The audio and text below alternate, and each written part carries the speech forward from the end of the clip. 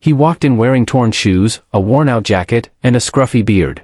The smell of wealth hung in the air, but he brought with him only silence and stares. The maitre d' wrinkled his nose. Waiters whispered and laughed. "This isn't a soup kitchen," one scoffed. But the man just sat at the corner table, calm, observing. Only one waitress offered him water, her eyes kind despite the judgment around her. Moments later, gasps filled the room. The homeless man stood, pulled out a gold card, and made a call. What happened next changed their lives forever. It was just past noon in Manhattan, and the dining room of Etoile, one of the city's most exclusive French restaurants, was already filling with chatter, the clink of fine silverware, and the soft melody of a live cello. Men in tailored suits leaned over white linen tables discussing business deals. Women in designer dresses sipped sparkling water while scrolling their phones or adjusting diamond earrings. The staff moved like clockwork, dressed in crisp uniforms, trained to maintain elegance and poise. Every detail was carefully managed, from the placement of a napkin to the shine on the stemware. Then the door opened. He didn't belong. He stood in the entrance for a moment, as if unsure whether he should step forward. His clothes were rumpled and faded. His coat, far too thin for the chilly spring breeze, had clearly seen better days. His shoes were scuffed beyond repair, the soles nearly separating. A scruffy gray beard clung to his face, and his hands were rough, marked with calluses and small scars. He carried no phone, no briefcase, not even an umbrella. Heads turned. Conversation stopped. A pause spread across the dining room like a dropped glass. A hostess near the front desk hesitated, then forced a polite smile and stepped forward. She asked him something softly. He didn't raise his voice.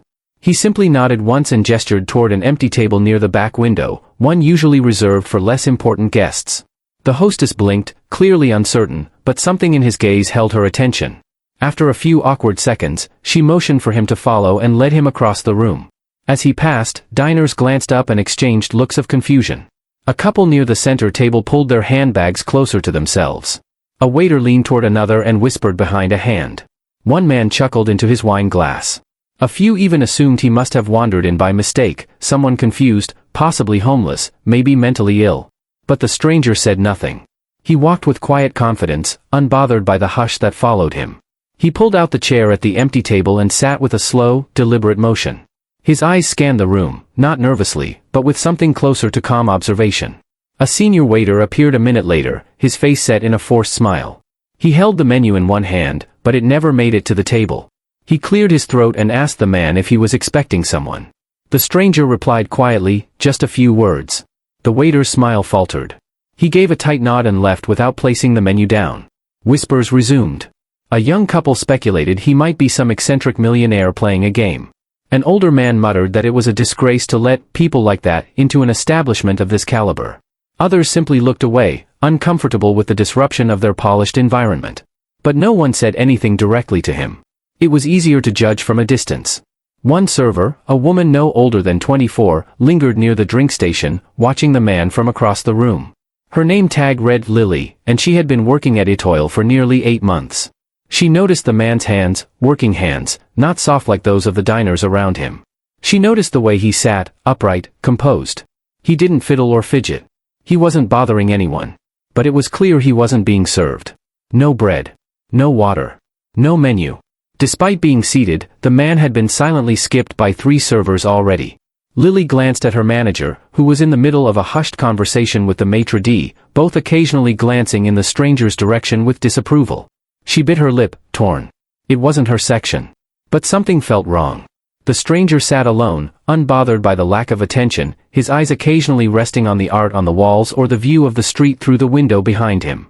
He didn't tap his fingers or signal for service. He just waited, patient. His presence was quiet but undeniable. He hadn't done anything, hadn't asked for anything, yet his very existence in that space challenged everything the restaurant stood for: luxury, exclusivity, perfection. He didn't match the dress code. He didn't look like someone who belonged among the city's elite. And yet there he was, sitting calmly, unmoved by the growing tension around him. Back in the kitchen, a couple of cooks had already heard about the guy at table 17. One joked that he must be filming a prank show. Another suggested calling security. But no one really knew what to do because, technically, he hadn't broken any rules. He hadn't raised his voice, caused a scene, or disrupted the business. All he had done was walk in and sit down. Yet somehow, that was enough to make everyone deeply uncomfortable. As more guests arrived and were seated, many turned their heads toward the corner table with subtle glances. The stranger remained the same, quiet, still, waiting. And the staff, despite their training, continued to ignore him. No one asked who he was. No one asked why he was there. But someone would soon find out, and everything would change.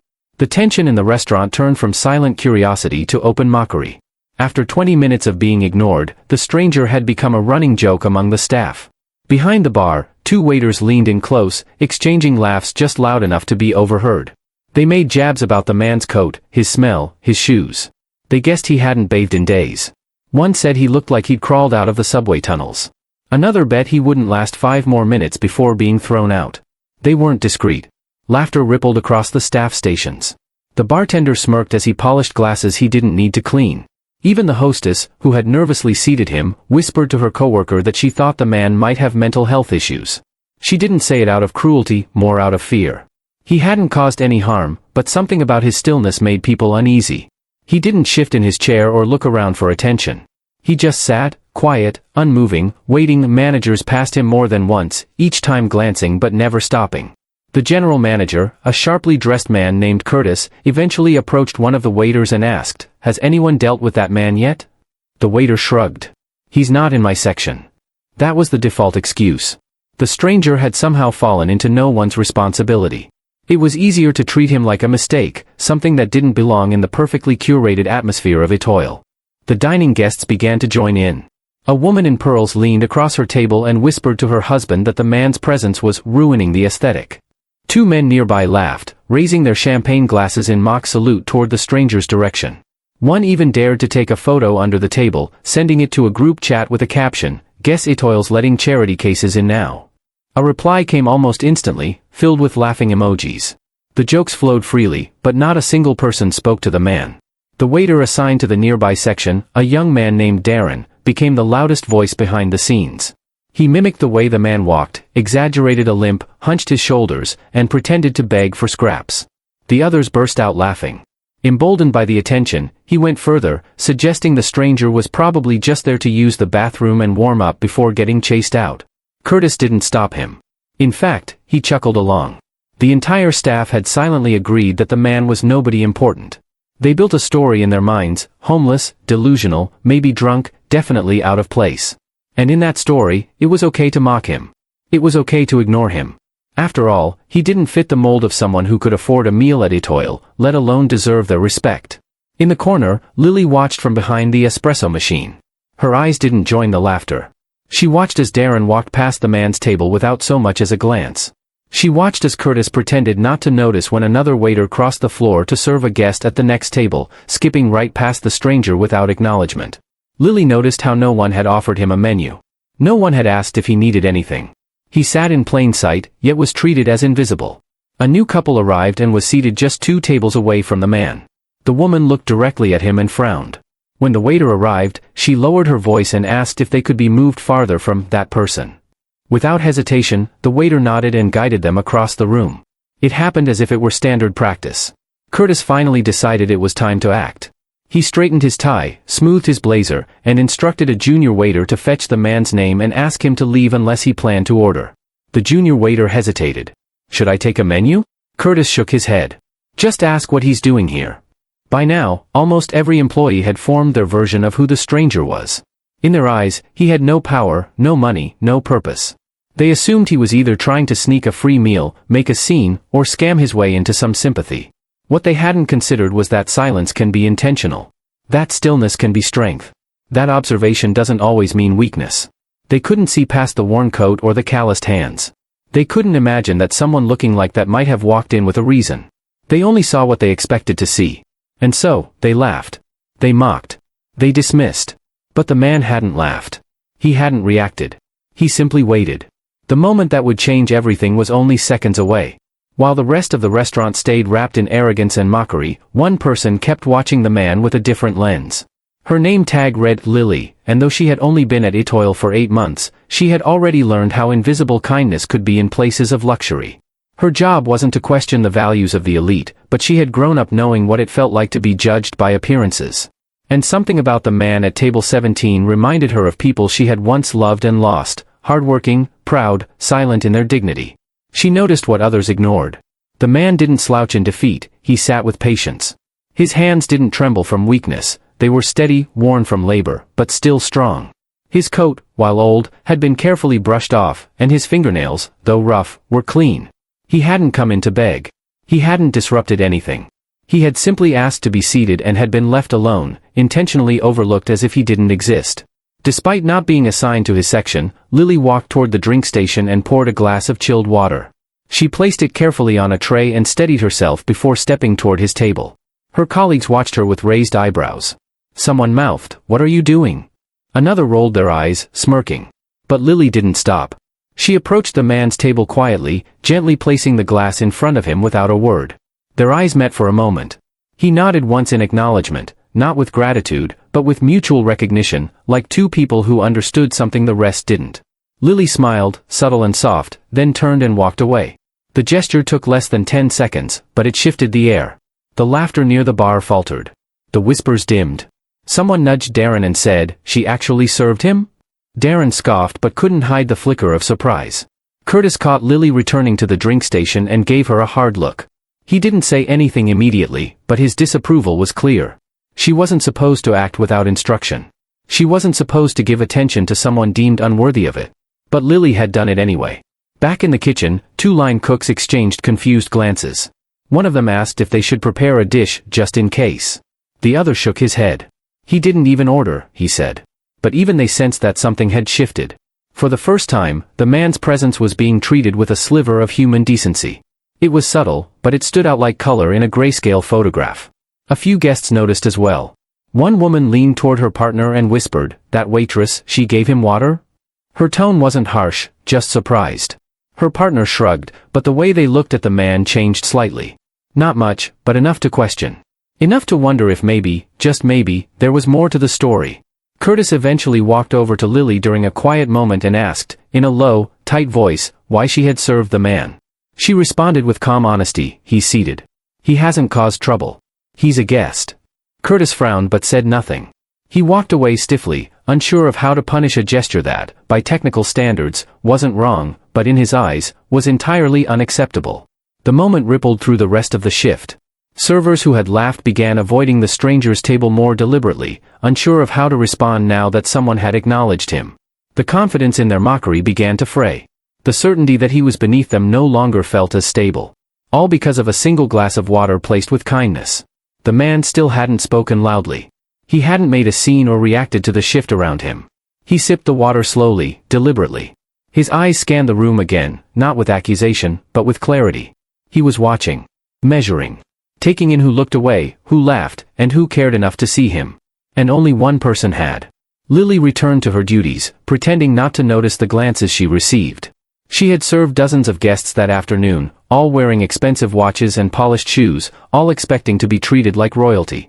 But it was the one man that no one respected who had received her quiet act of compassion. Not because he demanded it. Not because she was told to. But because, in that moment, it was the right thing to do. The luxury in Etoile was built to impress, the chandeliers, the imported wines, the carefully curated menu. But in that brief window of time, it wasn't the elegance that stood out. It wasn't the wealth. It was the smallest act in the room that had the most weight. One glass of water. One moment of human decency. And though the others didn't know it yet, that simple act had changed the course of everything that was about to happen. The atmosphere at Etoile had cooled in a way that was difficult to define. The jokes had thinned, and the confidence behind every smirk had started to weaken. The staff who once laughed openly now glanced toward table 17 with uncertainty. The man hadn't spoken, hadn't asked for anything beyond a place to sit, but the balance had shifted, an invisible line had been crossed when Lily chose to treat him with dignity. It wasn't loud, but it echoed. Just when the restaurant seemed to settle into an uneasy stillness, the man reached into his coat pocket. The motion was slow, deliberate. The staff, still watching him like a spectacle, paused. Some expected him to pull out a cup, maybe a flyer asking for help. But what he removed was a slim, worn leather wallet. He placed it on the table. Then came a phone, old but well kept, and a pair of reading glasses. His movements were calm and efficient. He opened the wallet and pulled out a single, crisp black credit card. A few nearby servers immediately recognized the style, rare, invitation only, the kind reserved for ultra-high net worth individuals. It was unmistakable. Suddenly, the assumptions crumbled. The man signaled quietly to the closest server, not with arrogance, but with ease, like someone used to being served in the finest places. His voice was calm, almost too soft to hear. He asked for the tasting menu and requested the chef's wine pairing. The words didn't match the image they had painted of him. His voice was measured, clear, educated. The kind of voice that knew exactly where he was and why he was there. The server froze. The smirk he wore earlier vanished. His hands trembled slightly as he took the card and disappeared into the back. Within minutes, it reached Curtis, who looked at the card and blinked. There was no mistake. He had seen this kind of card only once before in his career, owned by someone who flew in private and dined by invitation at closed-door clubs. It wasn't just a credit card. It was a status symbol. Curtis's face drained of color. Panic crept in behind his polished expression. He asked for the name on the card, then typed it quickly into his phone under the counter. The search results hit like a freight train. The man at table 17 wasn't a vagrant. He wasn't homeless. He wasn't confused or lost. He was one of the most successful and elusive investors on the East Coast, a billionaire known for staying out of the spotlight, conducting anonymous audits of businesses, and quietly acquiring controlling shares in companies that underestimated people. The realization rippled through the management team like lightning. The staff who had mocked him fell silent. Conversations ended mid-sentence. One server dropped a fork. A hostess quickly fixed her posture, horrified that she had joked about his coat. Darren, who had done the most mocking, stood frozen, replaying every cruel thing he'd said earlier. The restaurant, once buzzing with overconfidence, was now gripped with the unmistakable tension of regret. Curtis immediately instructed the kitchen to prepare the tasting menu with top priority. Every chef went into overdrive. Plates were double-checked, garnishes perfected. No one questioned it. They all understood now that the man they had treated like trash could buy and shut down the entire restaurant if he wished. The sommelier approached the man's table with sudden reverence, offering the wine list and bowing slightly as if in apology. The man didn't return the bow. He didn't need to. His calm presence was enough to make them all feel exposed.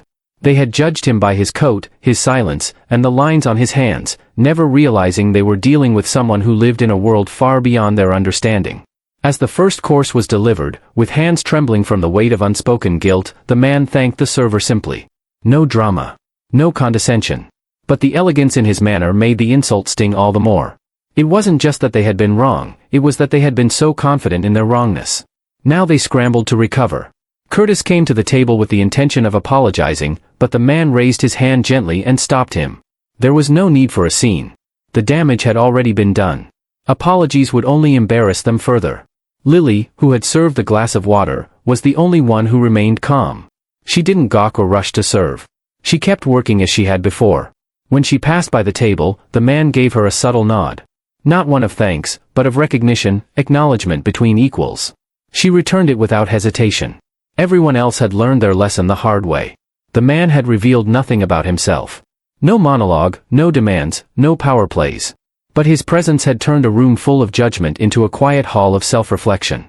The unexpected reaction hadn't come from him yelling or demanding respect, it had come from him showing exactly who he was, at the exact moment he chose to do so. And no one in that restaurant would forget it. As the meal continued, the atmosphere inside Etoile shifted from awkward silence to cautious reverence.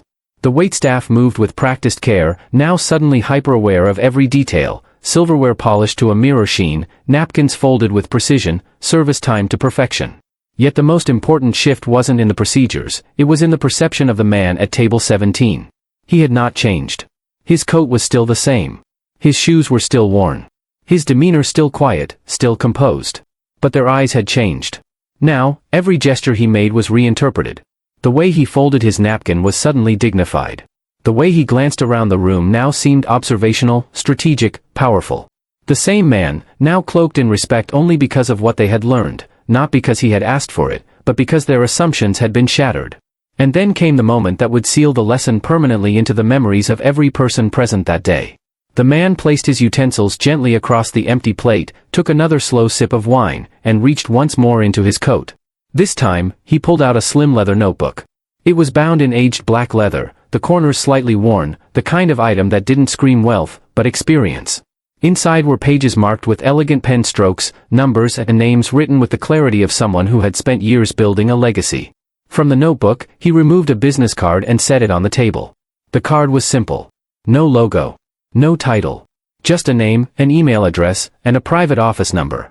but it carried the weight of truth. It wasn't there to show off, it was there to be found. When the bill came, brought by the maitre d' himself with trembling hands, the man quietly reached for the card and slid it across the table along with his black credit card. No request for a discount. No questioning of the bill. Just a calm gesture of finality.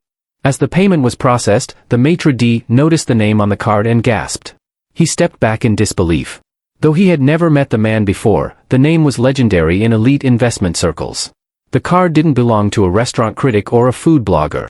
It belonged to someone known for turning modest companies into giants, or exposing corrupt ones and ending their reigns. He wasn't just rich. He was powerful. Discreet. Connected. Word spread through the staff like wildfire. Those who had sneered now avoided eye contact. Those who had ignored him now wished they could disappear. And Curtis, the manager who had dismissed him entirely, stood in the back office, staring at the security monitor, his face pale. By now, everyone understood. This man hadn't stumbled into Etoile by accident. He had come with purpose. The rumors were true, he often visited businesses disguised as an average customer. He observed. He tested. He waited. And when he revealed himself, it was always too late for those who had failed the test. He wasn't here for food. He was here for truth. Then came the final reveal. As he stood to leave, the man walked over to Lily, who had returned to polishing glasses. He handed her a sealed envelope, nodded once, and walked quietly out the door.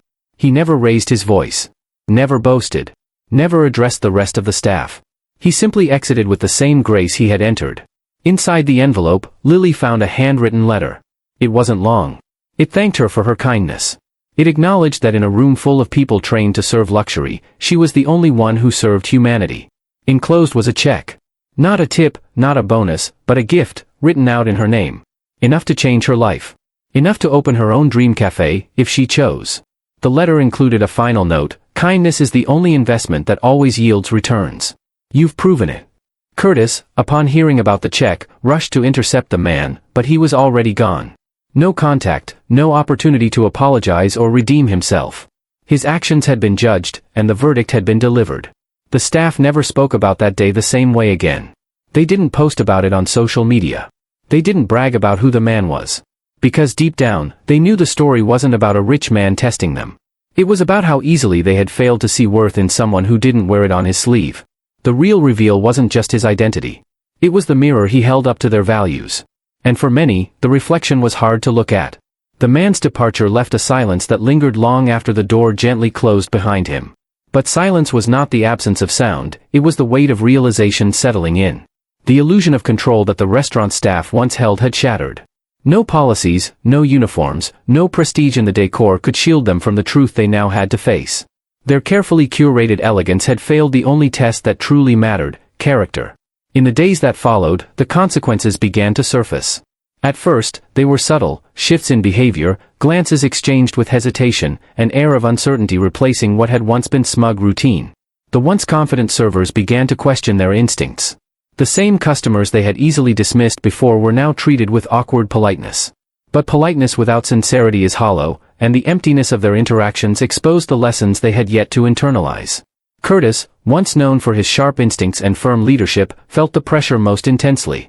What he had prided himself on, his ability to judge who mattered and who didn't, was now the very flaw that threatened his role. He rewatched the security footage of that day several times, each viewing a deeper indictment of his own arrogance. The quiet indifference he had shown was now magnified in every frame. The laughter he shared with other staff members as they whispered cruel assumptions echoed like a courtroom recording played during sentencing. Then came the first formal consequence. An anonymous online review surfaced. It wasn't long or emotional, just factual.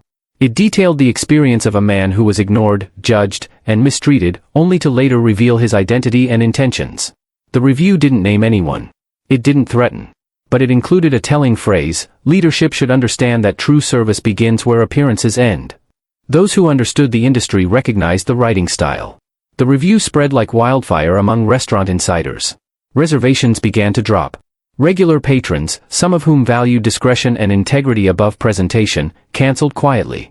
A few sent curt messages explaining they preferred to dine where dignity was respected universally, not selectively.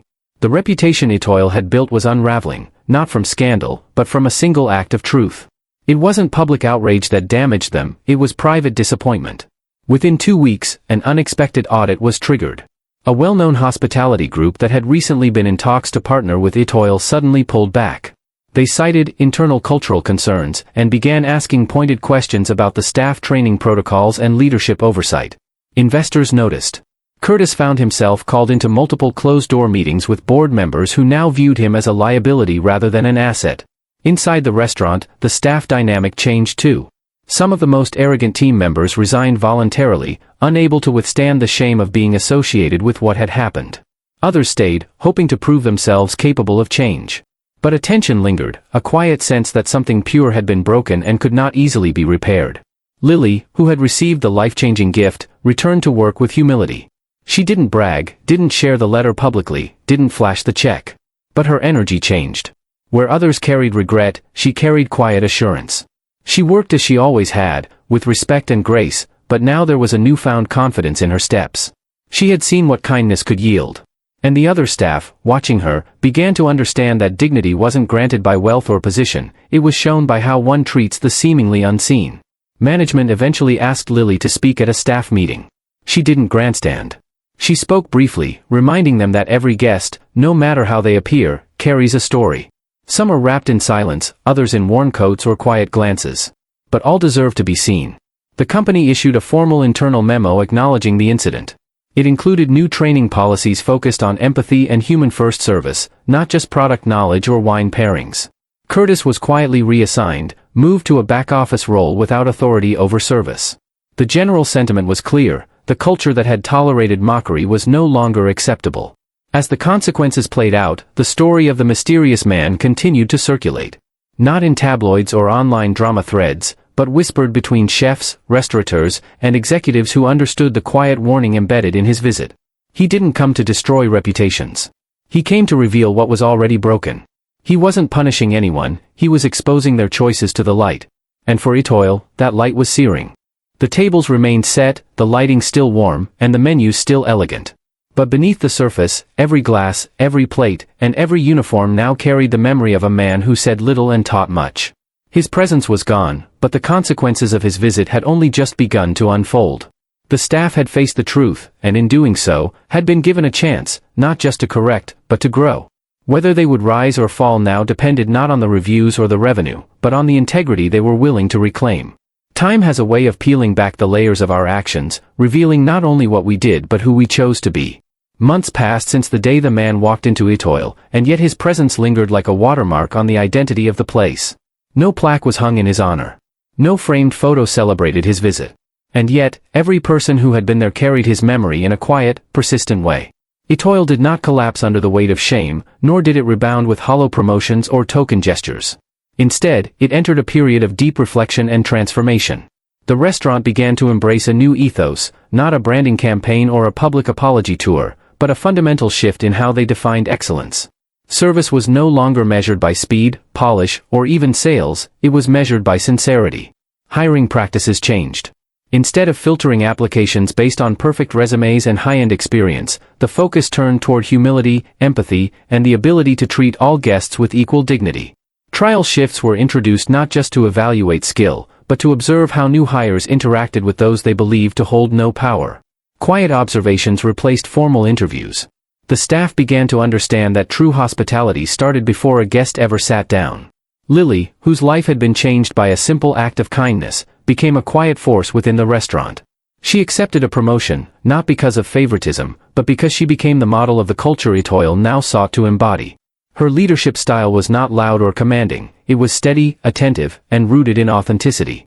She began mentoring new staff, often reminding them of the man who had changed everything without raising his voice. The check he had given her had done more than open financial doors, it opened her belief in her own voice. She used part of it to take business classes. She began planning a small cafe of her own, something warm, inclusive, and grounded in gratitude. But she didn't rush to leave Itoil. She understood that what she was building mattered, and part of her journey was helping transform the place that had once overlooked her worth. Word of Itoil's transformation began to spread, not in press releases, but through quiet conversations among those who noticed. Customers who had been regulars before the incident returned, not for the food alone, but for the atmosphere. There was a noticeable change in tone, less tension, more grace. Servers no longer performed for tips but connected with intention. Every table, regardless of attire or reservation history, was treated with care. The staff began to see service as a form of character. Each interaction became an opportunity to honor the value of another human being, not as a transaction, but as a choice. And in making that choice again and again, Etoile found redemption. The story of the man who arrived in a worn coat became something of a quiet legend. Not the kind that seeks applause, but the kind whispered to newcomers as a moral compass. His name was rarely spoken, but his impact endured. Staff were reminded that any guest could be someone with influence, or no influence at all, and that it should never make a difference. Outside the restaurant, the hospitality industry took notice. Articles were written, some speculative, some admiring. A few competing establishments even tried to imitate the humility Etoile now displayed, but those who had lived the lesson understood it couldn't be faked. Real change doesn't come from fear of exposure, it comes from reckoning with who you are when no one's watching. Eventually, the man returned, but not in person. A small bouquet of wildflowers arrived one morning, addressed to Lily, with a note that simply read, "The seed you planted is growing well." There was no signature, but none was needed. The handwriting was the same. The message was clear. In that moment, Lily understood something deeper than gratitude. The man hadn't just given her money, he had given her a mirror to see herself differently. He had offered her, and everyone else, a chance to rise beyond judgment, ego, and assumptions. And now it was her turn to carry that legacy forward, not as a memory, but as a mission. Etoile, once known for exclusivity and prestige, was now quietly earning a new kind of reputation, not for who it served, but how. Patrons came from all walks of life, and they left not just satisfied with the meal, but seen, heard, and valued. There was no longer a single standard of worth walking through the doors. Every face, every coat, every voice was welcomed with equal respect. And somewhere, perhaps in another city, another fine dining room, the man in the worn coat would enter again. Not to test. Not to punish. But to remind. Because the true legacy of his visit was not about being recognized. It was about what people chose to do after he left. And Etoile, once blind to humility, had chosen well. Thanks for watching. This story reminds us that appearances can be deceiving, and sometimes, the person we overlook is the very one who holds the greatest power to change our lives. When we lead with kindness and humility, we open doors not just for others, but for ourselves too. If this touched your heart, don't forget to like, share, and subscribe. Join our community where we believe everyone deserves respect, and true worth isn't worn on the outside, it's lived on the inside. Until next time, stay kind, stay curious, and never judge a book by its cover.